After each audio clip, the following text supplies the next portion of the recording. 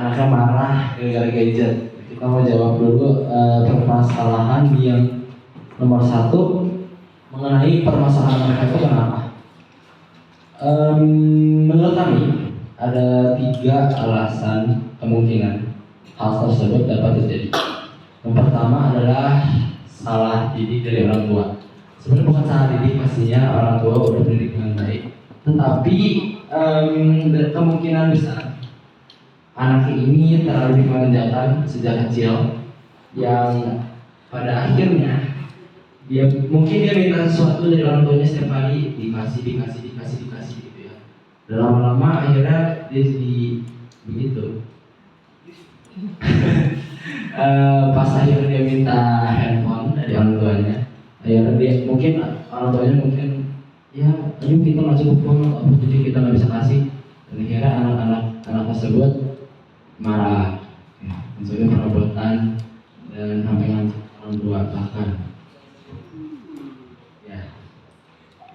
Kemudian kemungkinan kedua ya mungkin kesalahpahaman dari kedua pihak, mungkin dari anaknya atau orang tuanya. Mungkin anaknya memang lagi butuh banget ini HP, cuman sayangnya nggak dikasih, tapi emang lagi butuh tapi kita jadi gitu. Mungkin itu. Yang terakhir bisa jadi dari pengaruh lingkungan atau salah pergaulan. Bisa jadi dia melakukan hal tersebut karena dihasut lingkungannya, mungkin itu bisa terjadi juga karena ya mungkin tidak terlalu dekat dengan orang tuanya, akhirnya dia lebih dekat dengan lingkungan yang buruknya, yang membuat ia bisa berperilaku semacam tersebut, mengajak memperabot, bahkan sampai mengancam. Untuk yang kedua,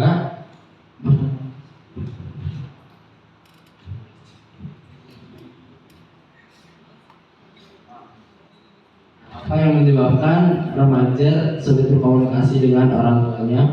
Salah satunya adalah adanya perbedaan pemikiran dari kedua pihak.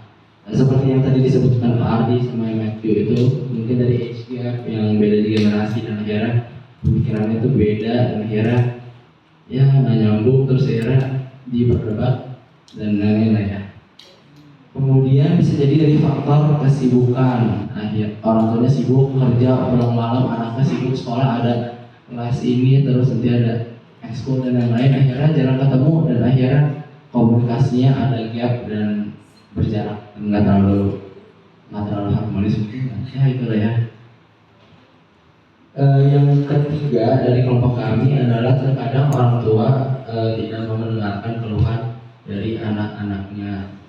Mungkin ya faktor yang tadi juga kesibukan, udah capek kerja, pulang-pulang terus anaknya nyamperin ngasih keluhan, orang tuanya malah jadi ya gitu, malah jadi marah, dan akhirnya ada jarak dari komunikasi dan akhirnya meledak.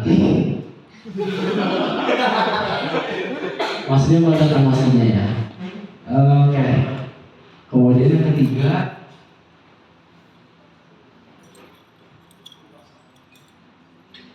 apa yang harus kita lakukan jika ada yang terjadinya miskomunikasi antara orang tua dan anak?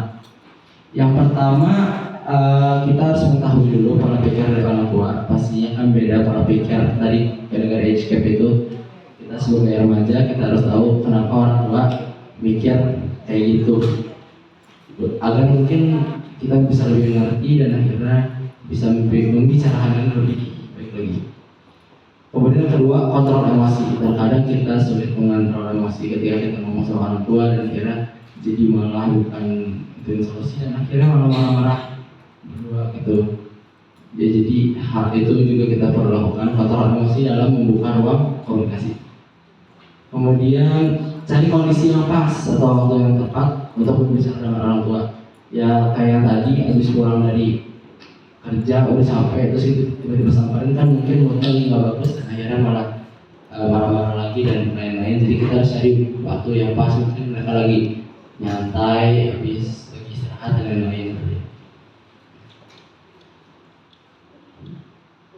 Yang kelima, karena terkadang ada orang tua yang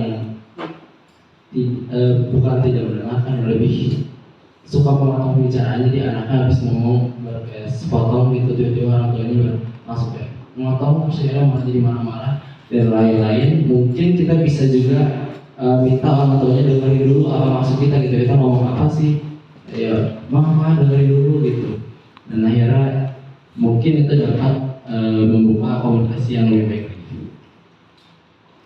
Ya, yang terakhir juga kita coba untuk menjadi lebih terbuka dan jangan kayak apa-apa ngomongin orang tua dan akhirnya malah makin menjauh gap komunikasinya. Kita bisa mencoba untuk menjadi lebih terbuka dan akhirnya menutup ruang jarak antara komunikasi dari anak dan orang tua tersebut.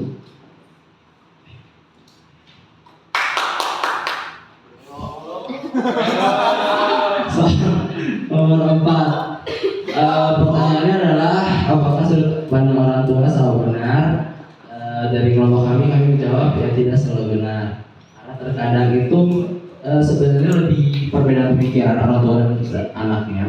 Terkadang pemikiran mereka itu tidak sesuai dengan ekspektasi kita, dan terkadang jadi ada pandangan yang bagi mereka itu mungkin benar, tapi sebenarnya bagi kita itu salah gitu. Tapi kan kita nggak bisa melawan juga dan lain-lain. Dan yang gimana sih kita bisa hadapin ini?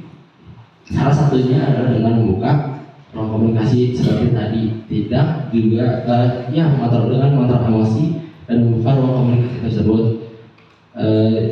serta menjelaskan pandangan kita kenapa kita itu ngerasa pandangan mereka itu salah gitu, dan dengan baik ya, dengan pelan-pelan, dan semoga mereka dapat menerima. Okay, next. Last question. Dari kesaksian yang tadi dialami oleh Ryan Wong di Vancouver, Canada, apa yang bisa kita pelajari? Ada beberapa hal yang dapat kita pelajari. Yang pertama adalah kebenaran yang dia cari itu akhirnya terjawab juga oleh Roh Kudus. Dan yang kedua, Roh Kudus tersebut dapat mengisi hati kita dengan sukacita. Yang ketiga, Roh Kudus tersebut dapat membuat kita merasakan benar-benar kehadiran Allah dalam kehidupan kita. Dan yang terakhir, ya Roh Kudus harus kita rasakan sendiri. Untuk merasakan kehangatan tersebut kita harus rasakan sendiri, tidak bisa dari orang lain. Ya, apapun agamanya dapat kita rasakan kehangatan. Sekian, terima kasih.